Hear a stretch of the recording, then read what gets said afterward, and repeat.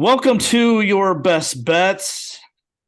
Not a Monday night, a Tuesday night of Byron Nelson this week, the next event on the PGA Tour.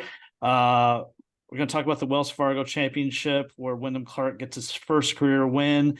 Of course, we'll do the Byron Nelson preview go through the odds, do the full preview, and might do a little NBA at the end here. We haven't talked about the NBA, well, since the start of the season, but obviously a lot going on in the league.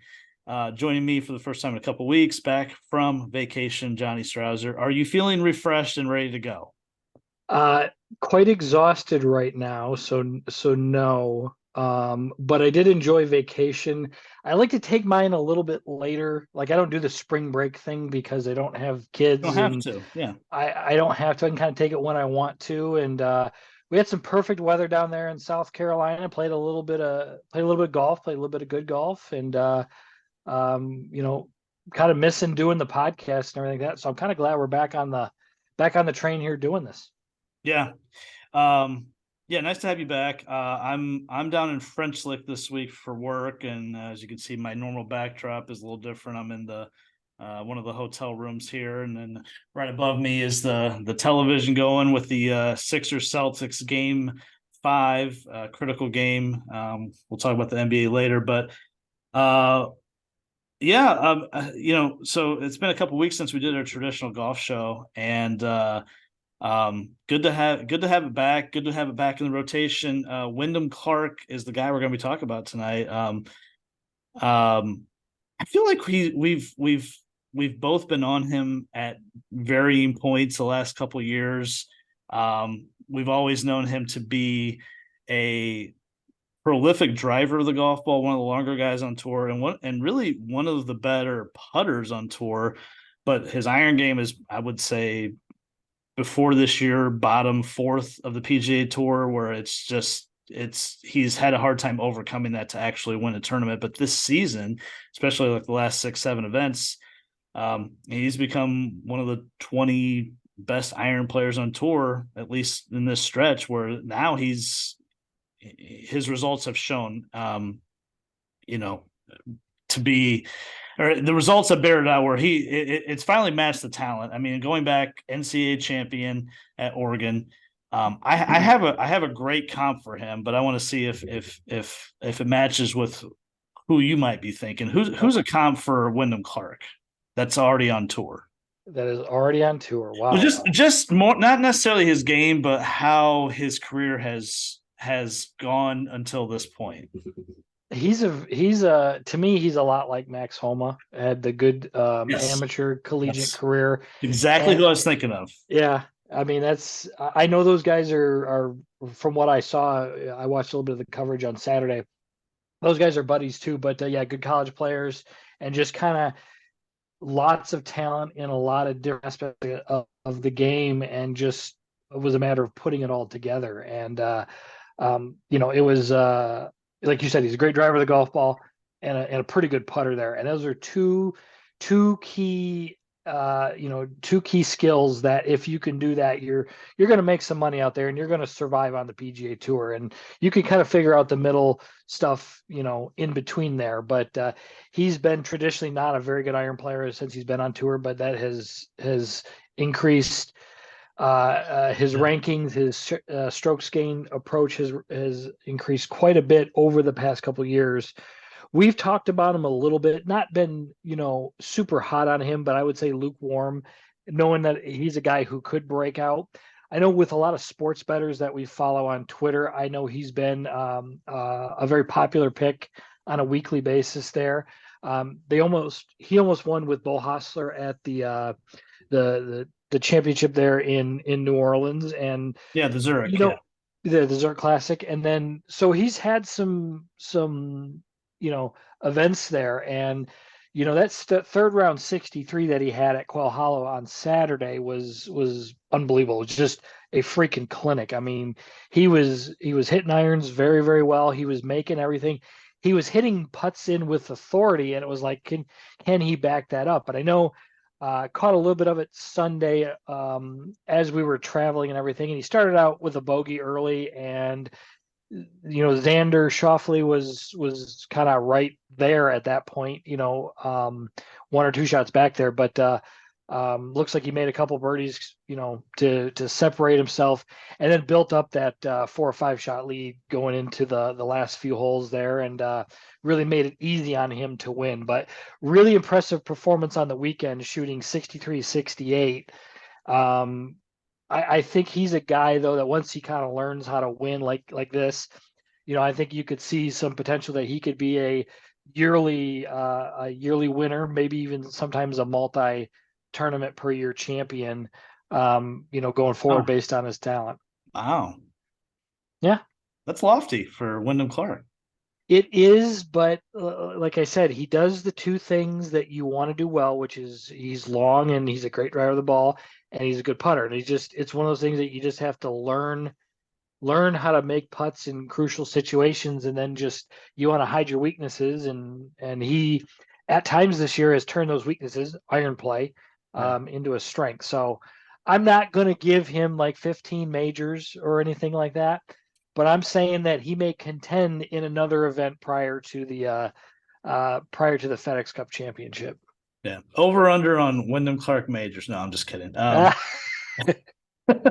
Um, yeah, I mean, I'm glad it wasn't off with my Max Homa thought, because I mean, now Wyndham Clark probably didn't fall to the depths, obviously, that Max fell to after he got his card. Wyndham's been on tour, and he's never had to go back to Corn Ferry or anything, but there's obviously a level of expectation, I thought, that he probably thought he'd get to earlier in his career, and he hasn't gotten there. And I think probably a lot of other people thought that as well. I don't know if he has quite the ceiling of what Max has, where Max is just reeling off victory after victory, it seems like the last couple of years. But it's a great comp. Both NCAA champions, both have a ton of talent. It's cool to see him finally break through at an elevated event, and not just win, but absolutely dominate. I mean, pull away from Xander the way he did, a world-class player on the back nine, and then, I mean, what was he, 8 shots clear of third, something like that? I mean, it wasn't just a win; it was a really dominant victory at a major championship type golf course. I saw a lot of 60s out there, 65s on Wyndham Clark, so that's a tasty number. If anyone had that, that's the ones that you're looking for sure. As far as this being another elevated event, maybe felt a little flatter than the previous 2, 3, or 4. But to be honest, I mean, we had pretty much either a duo of guys or a trio of guys that were the top guys in those events, compared to this one where we had Xander in the final group. JT was lingering, but felt a little bit flatter than some of the other ones, and I don't know why that is. Again, maybe you can't have all these elevated events just be elite. I mean, it's just I don't think that's conceivable. No, it's not. And I think, I mean, I wasn't totally in tune being away from home and everything. So seeing the hype that this PGA Tour tournament got compared to the other ones, but you look at John Rahm, the best player in the world, skipped out on it, and it's just it's feeling right now that it's either a garbage field in comparative with superstars, or you're getting these elevated events. And I think as fans, it almost feels a little bit tiring, because it's just like it's seemingly every single week that we're getting we're getting all these events there. So, which is unfortunate, because this is always a great event, and it's on a great golf course, and it always attracts a very good field. But yeah, hyping it up as like an elevated event, it didn't quite, I don't know, I just didn't get that feel Yeah. throughout the week, even though I do love this golf tournament, because I always like the field. I love I enjoy the Carolinas and seeing the golf there, and the golf course is amazing, and the field always is solid. But it didn't like do it for me like I'd see on some of these other ones, because I think, just like I said, there's so many of them right now stacked up that Right. it feels like it's like, oh, we got another elevated event. Okay, that's fine. That's cool. Yeah. The next elevated event will be first week of June at the Memorial. Yours truly will be there once again. Nice. Um, and then then we have I is the Travelers, I believe, is the week after the U.S. Open. So that's the next two coming up. Of course, after two, you got two majors mixed in there, so really pretty.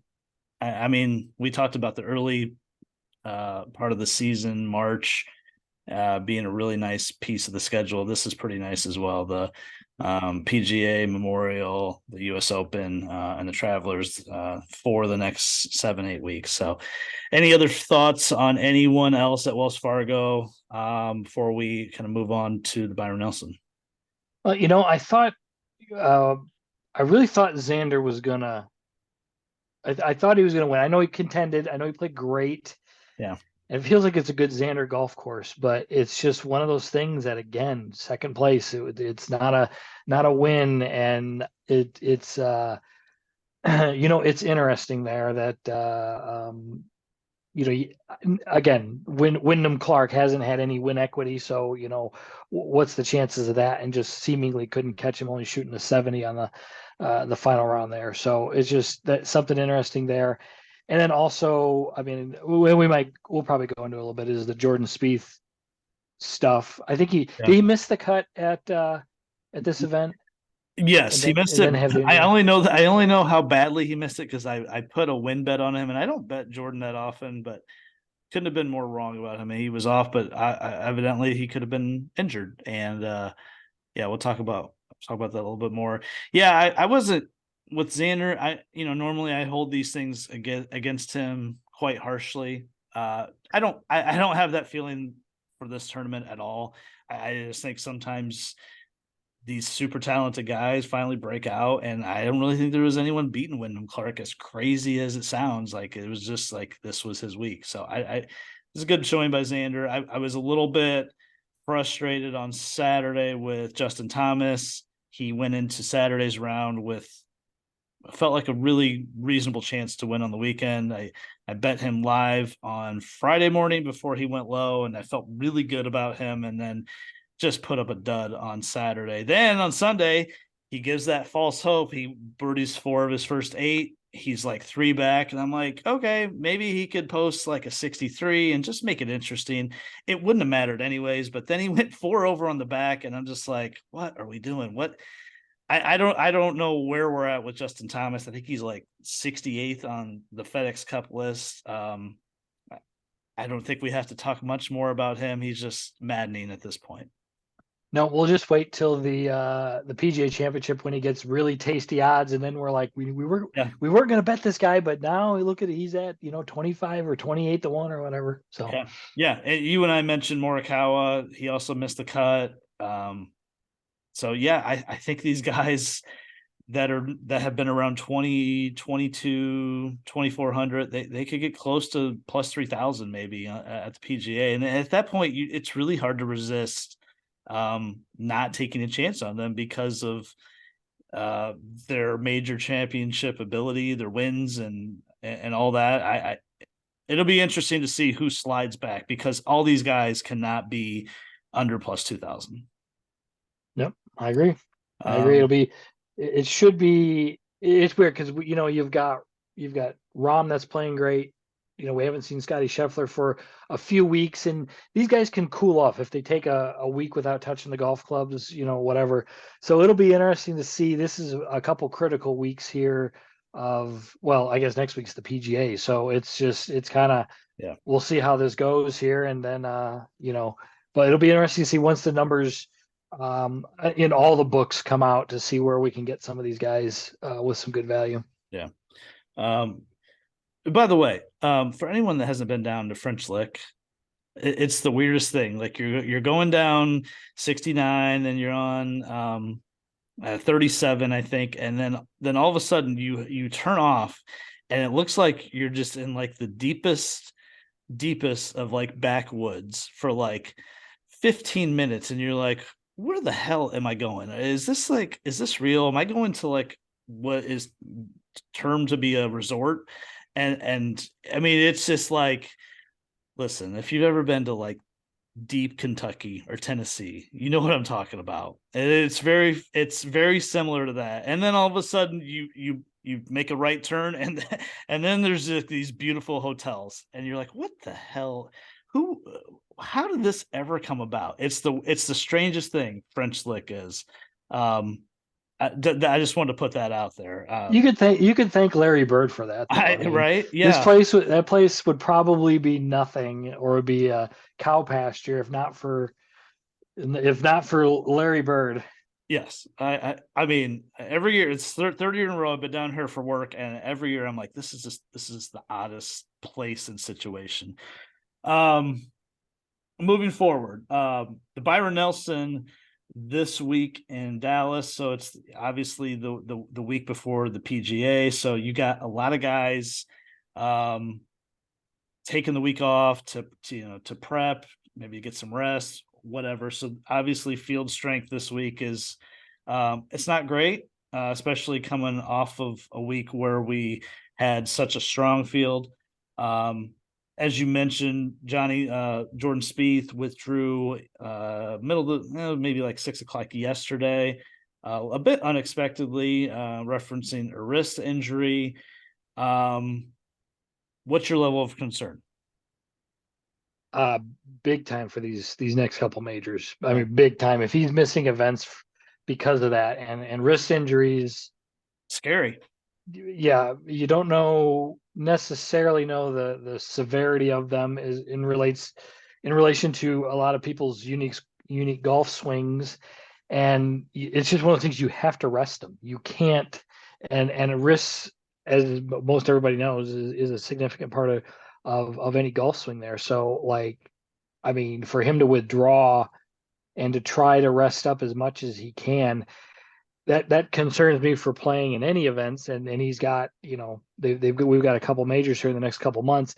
Sometimes these things can take, a long time to heal. And it's just one of those things that what concerns me is we're looking at, okay, he's going to rest it for maybe a week.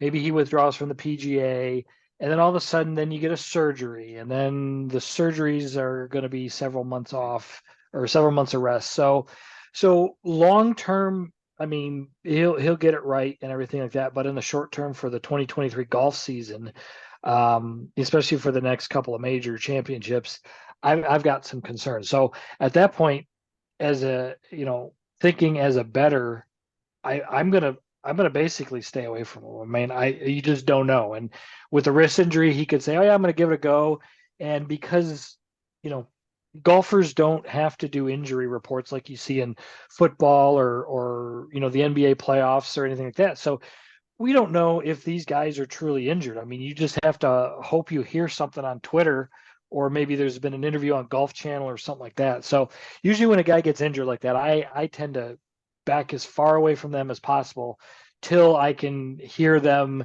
in an interview, saying, "Hey, I got a clean bill of health and everything." So I don't know about you, but I know you tend to bet Spieth, or you're I guess you're less. I'm more high on him on a weekly basis, Yeah. especially with the major championships. But I'm sure that's a cause for pause for you as well. Yeah, and I was thinking you mentioned the wrist being such an integral part of the golf swing, and there's two injuries for golfers that always give me a little bit of like, oh shit. Number one's the back, and we saw it with Zalatoris. I don't think we ever felt really good for him coming back early in the season. And then it turned out to be something super major. And the other part for me is the wrist. I mean, there's been I mean, we could talk about Tiger having just a litany of every injury in the book, but I mean, I know he's had a couple wrist situations over the course of his career. And yeah, to me, that's a really tough thing to forecast going forward. The other thing I was saying about with Spieth, we talk about him a lot. Um, anyways, before this injury, just how from week to week, he's always part of the conversation. But I mean, you talk about someone that just doesn't really have the win equity, anyways. Going back, I mean, he's had great seasons. He's had a great season this year. great season for the most part last year and in 21, but still only 2 wins since 2017, right? Has it been that few? Or well, when he won in Texas in 21, that was his first win since the Oh yeah, since since the that Open, right? yeah, since the Open, and then he won at Harbor Town. I mean, so we're talking about 2 wins Wow. for a guy that, and I can't even think of how many starts that would be, but quite a bit. Yeah. No, so I I don't feel great about, like you said, the next 2 majors for sure, but we just won't know. And if someone, and that might cause his number to drop to, like, I don't know, plus 3,000 ish. Who knows? But don't love that. As far as the other guys in the field this week, it's kind of Scheffler and a few guys that have been playing well, and then you get down into the guys that are 50 to 1 and above that have some potential. It kind of comes down to, like it did at the Mexico Open, as it did that week with Rahm, as it does this week with Scheffler. Scotty's having a hard time talking. It's been 3 weeks, shaking off the rust here. Yeah. Plus, I'm in French Lick. I'm in this dark hotel room. So the whole environment is different for me. Scotty Scheffler at plus 360. Obviously an extremely, extremely short number. There's an argument that it could be, you could just use one bullet and go Scotty, and it wouldn't be a bad call. It would not, and it would be hard. I mean, even at plus 360, you almost got to think of it, because we've talked about all year long. Don't bet Rahm, don't bet Scheffler, because they're not going to win all these times. And what happens? They win all these events. So it's like, well, okay, I could see the cause for that. I don't know. I don't. That number seems even really, really aggressive. Like, I figured he would be plus 600. I thought he was going to open up a little bit more generous than that. And maybe he was, closer to 4 to 1. I don't know. I did not look at the odds yesterday.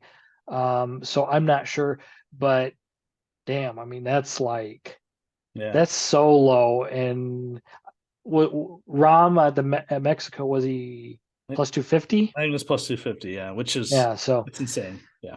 That's insane. This is insane as well. There's some decent players at the near the top of the board here that I'd probably feel a little more comfortable with. I may end up betting Scheffler, and sometimes I know you like to do this, and I'm not a parlay guy, but this is one of those ones that you find a couple NBA matchups. Good luck on that. That's true. It's actually, I think it's easy, and MLB is really hard to bet. Yeah. It's almost better to bet MLB over unders than it is to find NBA in that. But doing something like that, to where if I can get it at like plus 750, plus 1,000, feeling a little bit better at that. So I'm undecided still. I'm gonna have to come up with some picks tomorrow. I don't think I'll put them on as a best bet, but anybody who wants to bet Scotty this week, I can't. I don't feel I need to talk you out of it, because there's a very good chance he's going to win.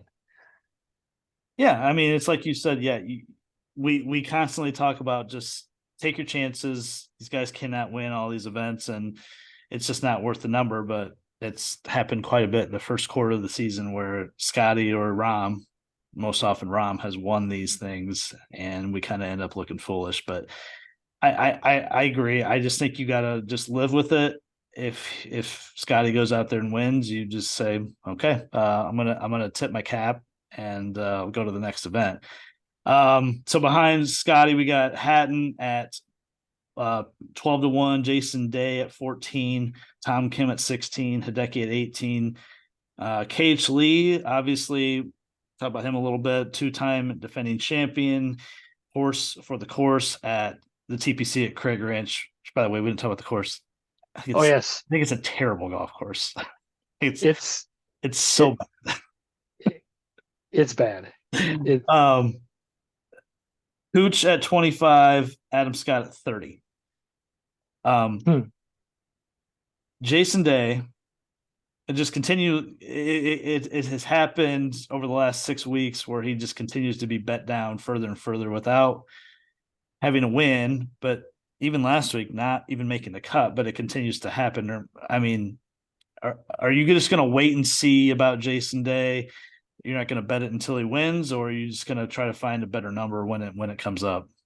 I'm going to try to find a better number with Jason Day because I think he's going to win an event this year in 2023. This is By the way, the guys that we have said will win an event in 2023 has got to be like 10 guys. at least. I mean, It's we probably Day, Fowler, um, Taylor Montgomery, probably yeah, probably said that at one time. yeah, Anyway, yeah, yeah.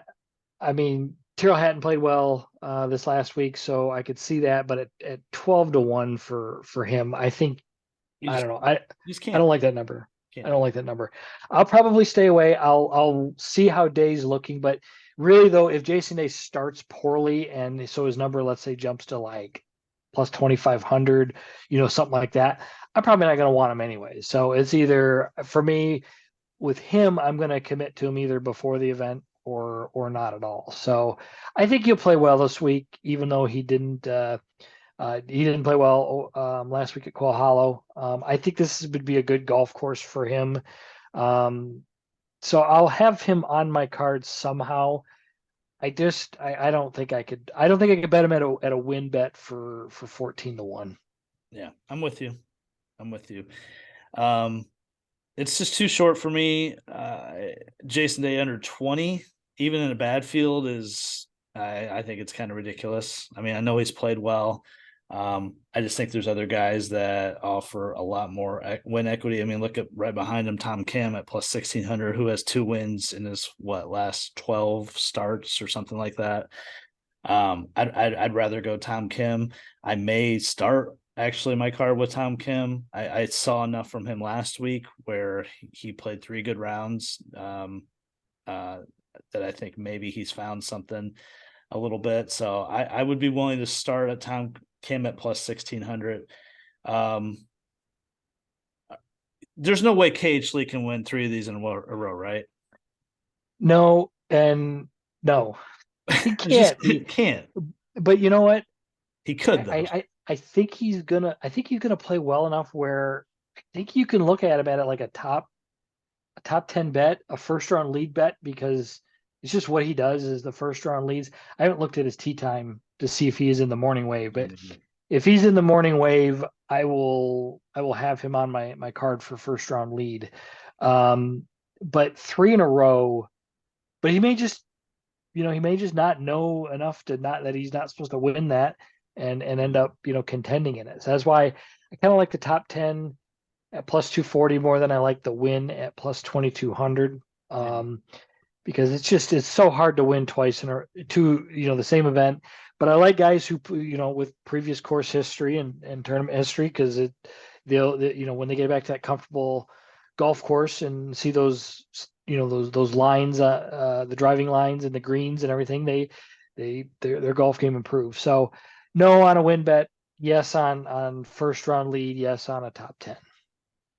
Anyone else there under the plus 3,000 mark that you will like in some way? Adam Scott played well last week, so Yep. I think he's playing just good golf. He's feeling more comfortable with the putter. Maybe him on a top 10 as well. I, I don't think I just don't think he can. I don't feel comfortable that he can win, Mm-hmm.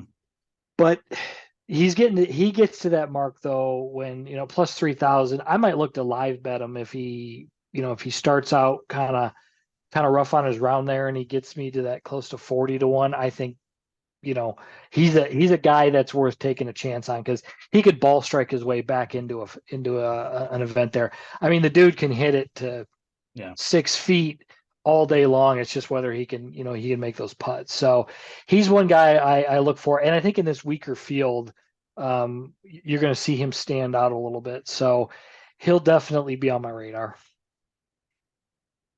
I think for me, I think the only guy I really, really like from that top group is Tom Kim.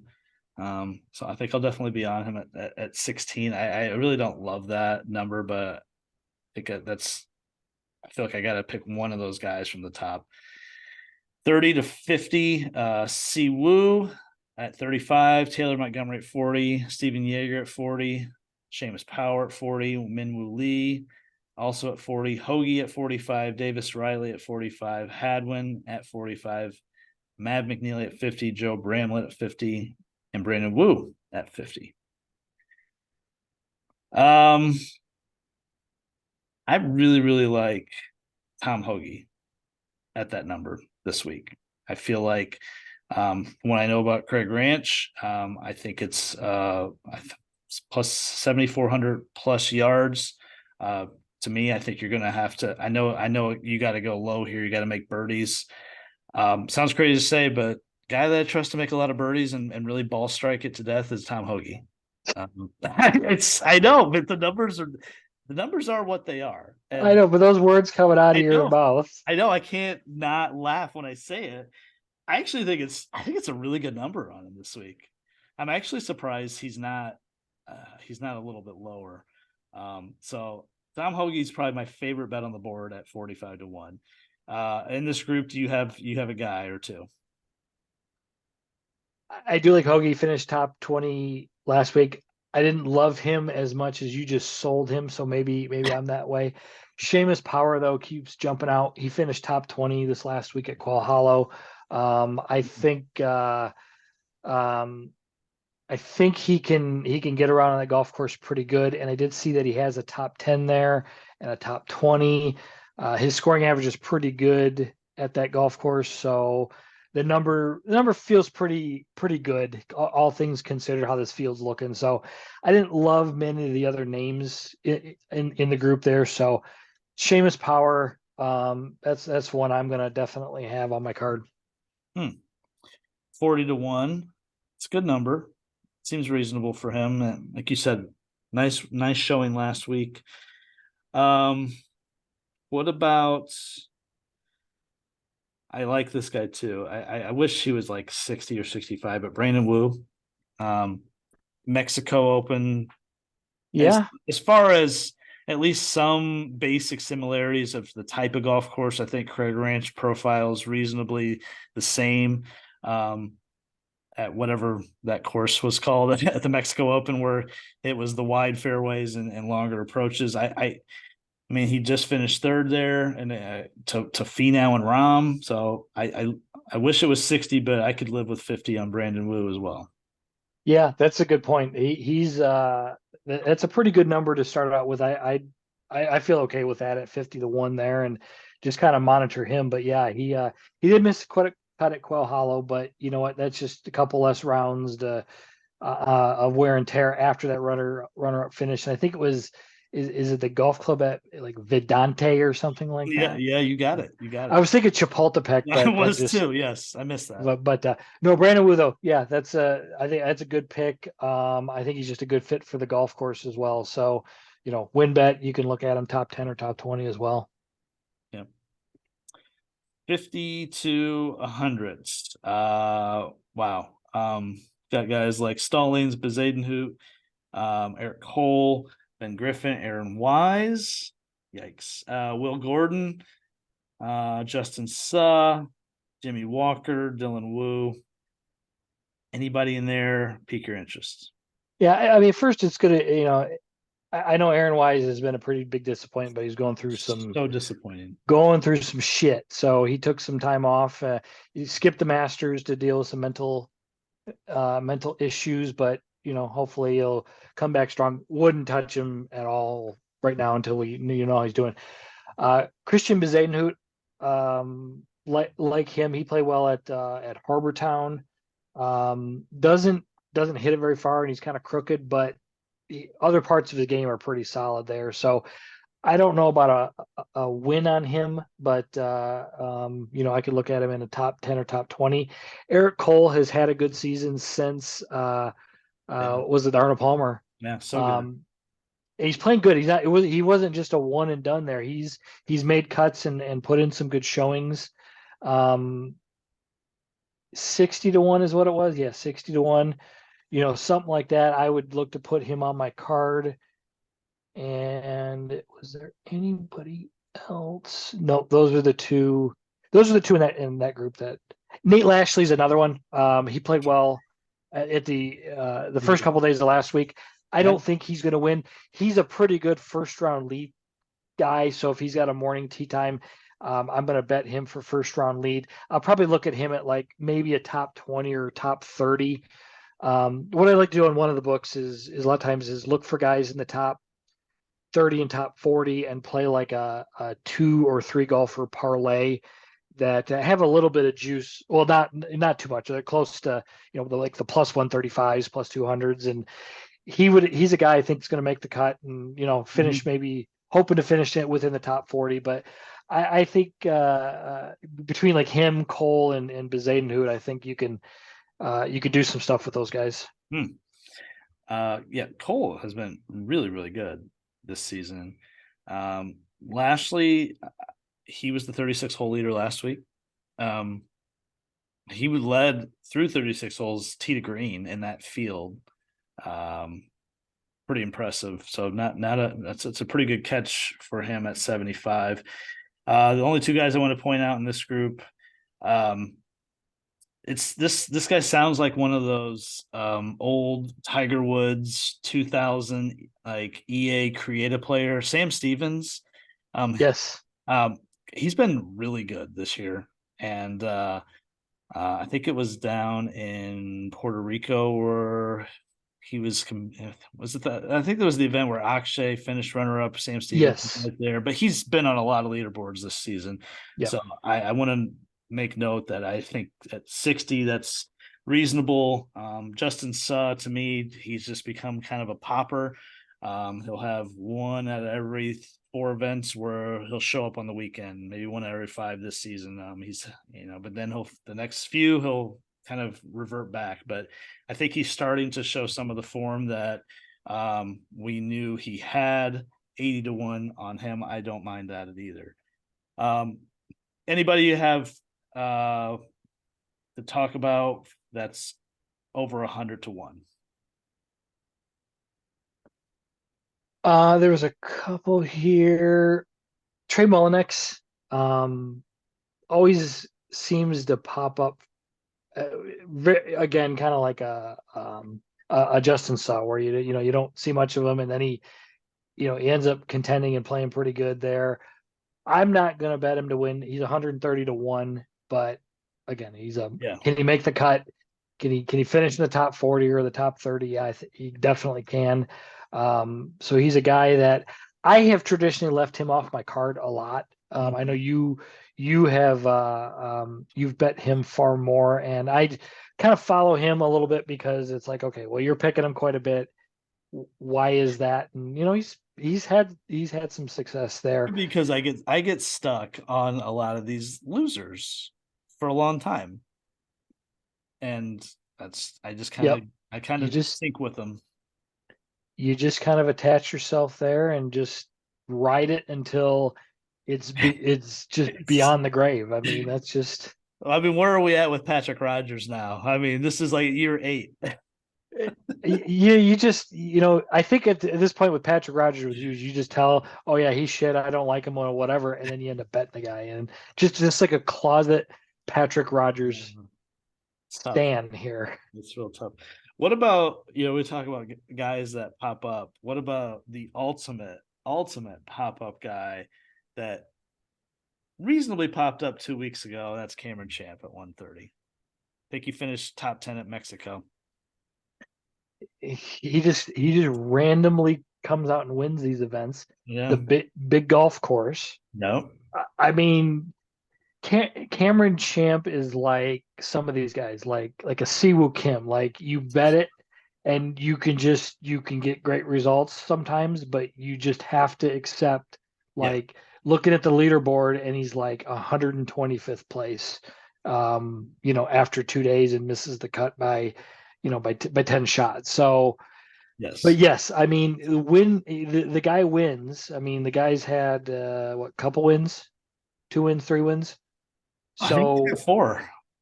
Does he have 4 wins? I got to look at it real quick while we're talking, but I'm pretty sure Cameron Champ has 4 wins. His last win was up in Minnesota in 2021. Oh, that's right. He did win that. Won the 3M. Yep.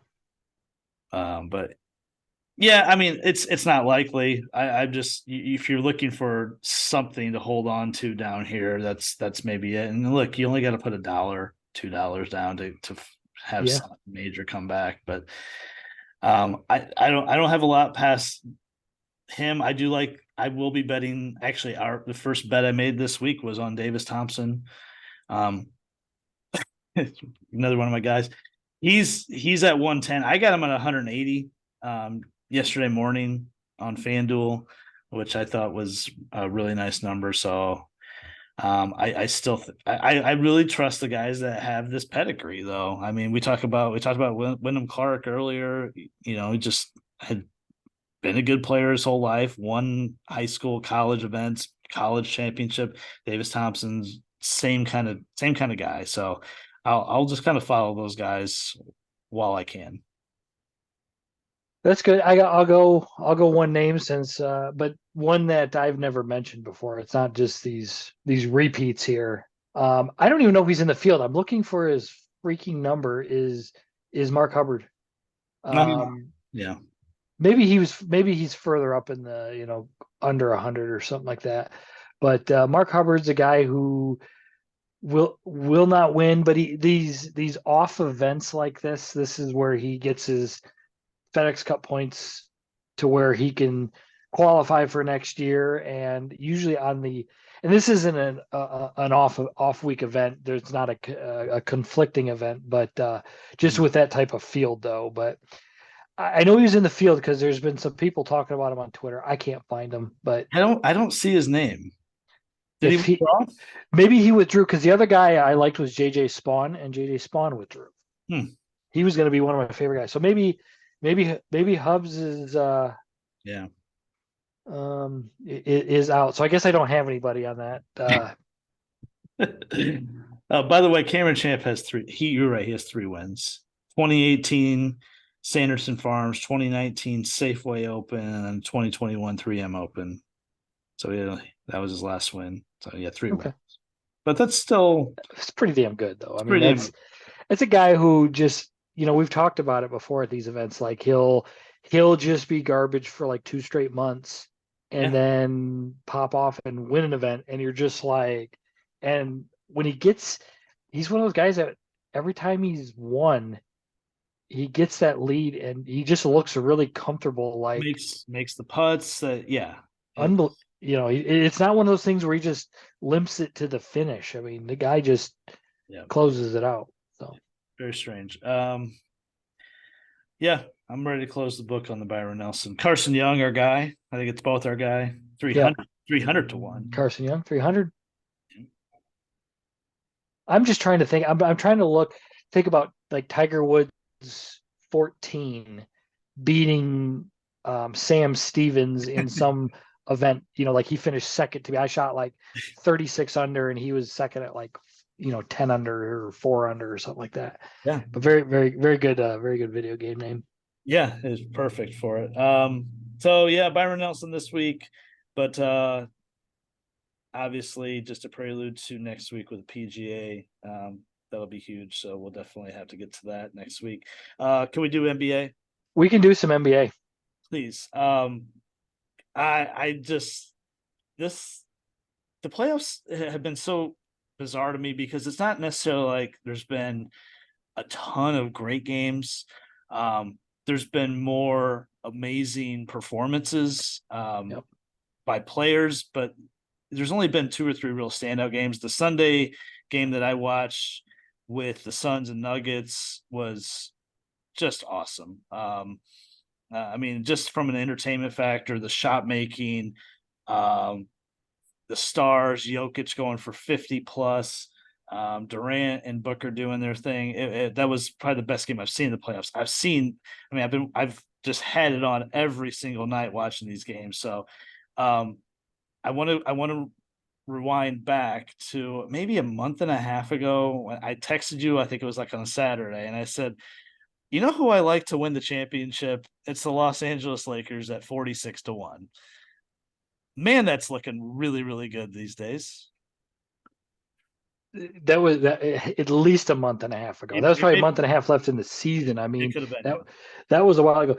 Did you end up betting him for I did. I did. so I actually didn't bet them. I don't have any championship futures. No. I have them to win the West. Okay. And I got them still at like plus 2,200 or something That might amazing. be a I better am bet. Might be a better I bet. I am rooting hard for them. And at the beginning of the season, I put some money on the Nuggets to win the West. Okay. That was kind of my team because when we did the preview episode, We all I love the remember Nuggets. Yeah. being really high in them. So I threw a bet on them to win the West. So I'm really hoping that they can close the series out. And I got guaranteed, I don't have Yeah. to worry about hedging. It's very So nice. the Laker bet's going to be the bigger one, the bigger win. But and plus, I mean, I'm a LeBron fan like you, so I think it's just kind of cool that he's, you know, 20 seasons in the league here, 38, 39 years old, and he's still playing good, unbelievably good basketball. It's just explosive basketball, and how those guys that Pelinka acquired, at the trade deadline, I was kind of lukewarm on that, on whether that I figured that would maybe that get him into the playoffs, first round exit, something like that. But they got guys who can play their roles, and I think Darvin Ham's a pretty good basketball coach, and it helps to have LeBron and then AD if he's mentally into it and not Right. dude seems to get injured all the time and stuff. So yeah, that's a pretty interesting development to see how they've got a good chance of making it to the West Finals. It, they're incredibly deep. I mean, last night's game, I mean, they just dusted the cobwebs off of Lonnie Walker, and he comes and scores 15 in the fourth quarter, and it's the Lonnie Walker game. And then another game, it's Austin Reeves. And then game 3, it was D'Angelo Russell scoring the first 11, 13 points of the game. And um, I mean, I just really like the makeup of their team because they got different guys that can come in and score, because not all those guys are going to be consistent, but they can pick their spots. And LeBron and AD defer to them. I think they don't want to have to carry the load every single game. Number one, LeBron just can't with all the miles he has on his body at this point, and AD just isn't consistent enough where he'll look like the best player in the league one night, and then the next game he's 11-9 or something, and he's kind of a no show. And like you mentioned, every time he gets hit, I think he's torn some sort of muscle, or he's torn his ACL and he's fallen down. And I'm like, God damn, this guy is brittle. So health is always a concern with him. But and I mean, I've argued with Tim for years. I just think LeBron's a basketball genius. I really do. I mean, if you wanted the LeBron Jordan thing, whatever, I just think this guy is just a genius, and I think he's figured out a way to manage the game where he can use his energy in spurts where he knows it's necessary, where he can quote unquote, take possessions off. If he wants to guard Jordan Poole right now, who, by the way, might be the worst contract in basketball all of a sudden. I think we talked about him in the preview show, at least his contract and what the Warriors will do with these guys. But I just am incredibly impressed by everything the Lakers have done, and I really think they have a great chance. Now, with that said, I think the Nuggets are the best team. I love Nikola Jokic so much. I love watching him play basketball. I just don't know if they can overcome the individual ability of Durant and Booker. And literally, as we're recording this, Game 5 is starting, so it's a huge swing game. I mean, I don't know how much you've seen of that series, but Booker, to me, he's taken a step up that I didn't know he had. I mean, just not just the scoring, but now the ball handling, the playmaking, the unbelievable efficiency he's scoring. I never saw it. I never saw him coming out of Kentucky being this good. No, and what's really impressed me was after he just laid an egg in that in was it the Dallas Mavericks series last year? Yep. Especially that game Yeah. 6 or game 7, whatever that was there. But he's become a much different basketball player. More in crunch time. I mean, he's always been a guy who can get his points, but you know, for I have not been able to watch much of the series, but looking at the props and looking at the assist numbers and everything, and I think him having Durant there to be the guy kind of, or just to kind of take the, I guess the pressure from the media or from the fans or whomever he feels he's playing much more free, that he doesn't have to be that guy, even though he is turning out that he is being that guy, just without all the excess that comes with it, because KD is mostly taking that. So, but yeah, I worries me about the Nuggets is whether they can, they flamed out in the playoffs last year, and they haven't. They're always a strong regular season team, and I kind of trust Monty Williams as a coach for the Spurs there. And I mean Durant's a tough dude. I mean he's weird in many non-basketball ways, but as far as being a guy and helping that team and that starting lineup and everything, that they're going to be tough to eliminate. So I don't know. Yeah. I'm rooting for the Nuggets. My wallet's rooting for the Nuggets, but that Suns team always just kind of shocks me, that you just like, you know what? I don't think they're that good really, but they just win these basketball games. Yeah. Again, I'm rooting. I want to see Jokic and LeBron as a fan in the Western Conference Finals really badly, but from an entertainment star power factor, I mean the Suns have it. That would be an awesome. I guess I'm putting the Lakers there because I think they can win one of the next three. Um, I think either way we're set for an awesome Western Conference Finals in the East. I mean, we talk about Booker, Jokic. I mean, Butler's been the guy, and I was trying to think of like a comp for him in like not just basketball, but like any other sport. A guy that can just, I mean, the Heat floated through the regular season. They lost the first play, and they were down late to the Bulls in the elimination game in the play. 3 minutes to go in that game, they were down by like 6 points. Yeah, and so I don't know where the fuck this has come from, but he's been just unbelievable. And I was trying to think of a guy in any other sport that I could, just who just turns it on the way he does, come playoff time. And I couldn't really think of one, but it's been incredible. The Heat I think they have the best coach in basketball in Spoelstra. They're surrounded with shooters with Strus and gosh, Gabe Vincent. I mean, these guys, the Heat just churn out these dudes that are undrafted or lowly touted guys, and they just make them integral part of the rotation. And they're down Tyler Hero. I'm pretty amazed by them. And then, as we recorded, the Sixers just dominated the Celtics tonight. I'm so shocked by that series as well. I don't know who's coming out of the East. It's Miami. It's Miami because of what you said. It's when they got through. I was an idiot. When they got through the Bucks and Jimmy Butler was just the dude, I should have, whatever odds it was, placed them to win the East there. Like they're obviously, I think they're the worst team that's left as far as talent wise, top to bottom. But Jimmy Butler's just on another level with rising to the occasion of just dominating these games. And like you said, Eric Spoelstra is the best coach in basketball.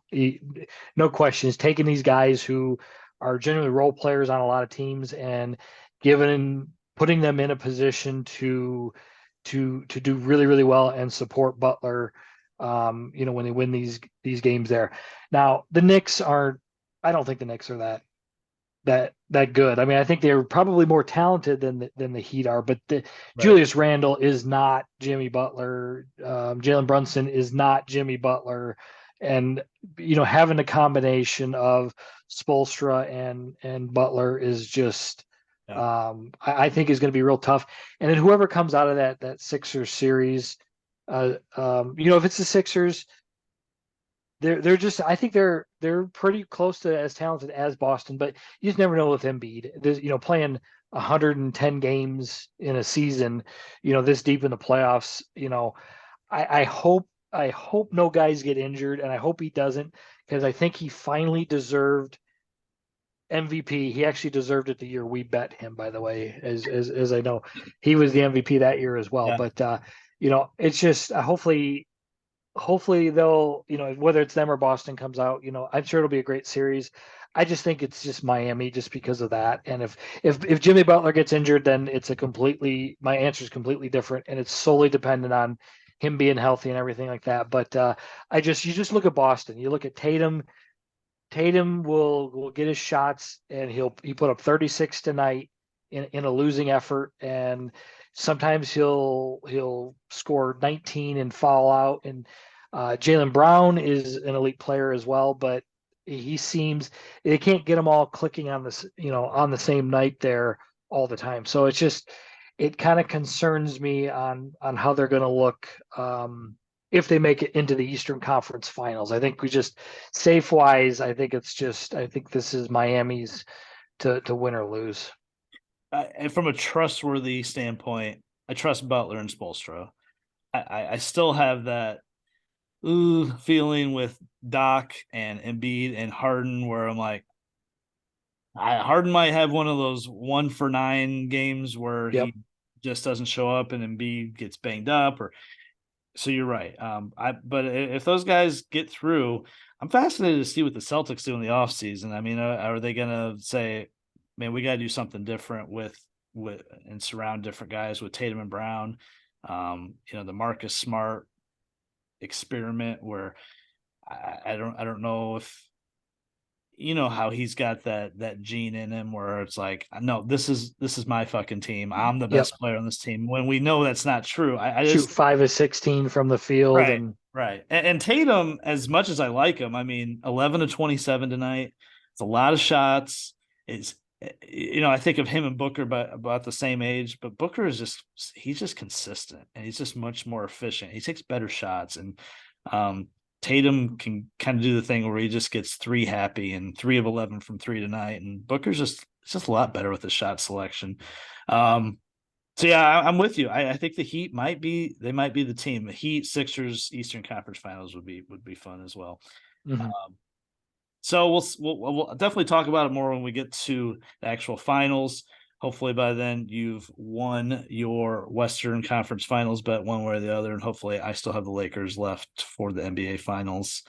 Damn, it's good. It's going to be really good next 3-4 weeks of the season. All right, so Wells Fargo, Byron Nelson, and the NBA, we got it all done tonight. Johnny, thanks for joining. I'm sure we'll be back next week to talk about the PGA Championship. Sounds good. Can't wait. From French Lick, signing off here. Thanks for listening to Your Best Bet. Catch us on Instagram, Facebook, and of course all of the podcasts on YouTube. So we'll be back next week for the PGA. Catch you next time.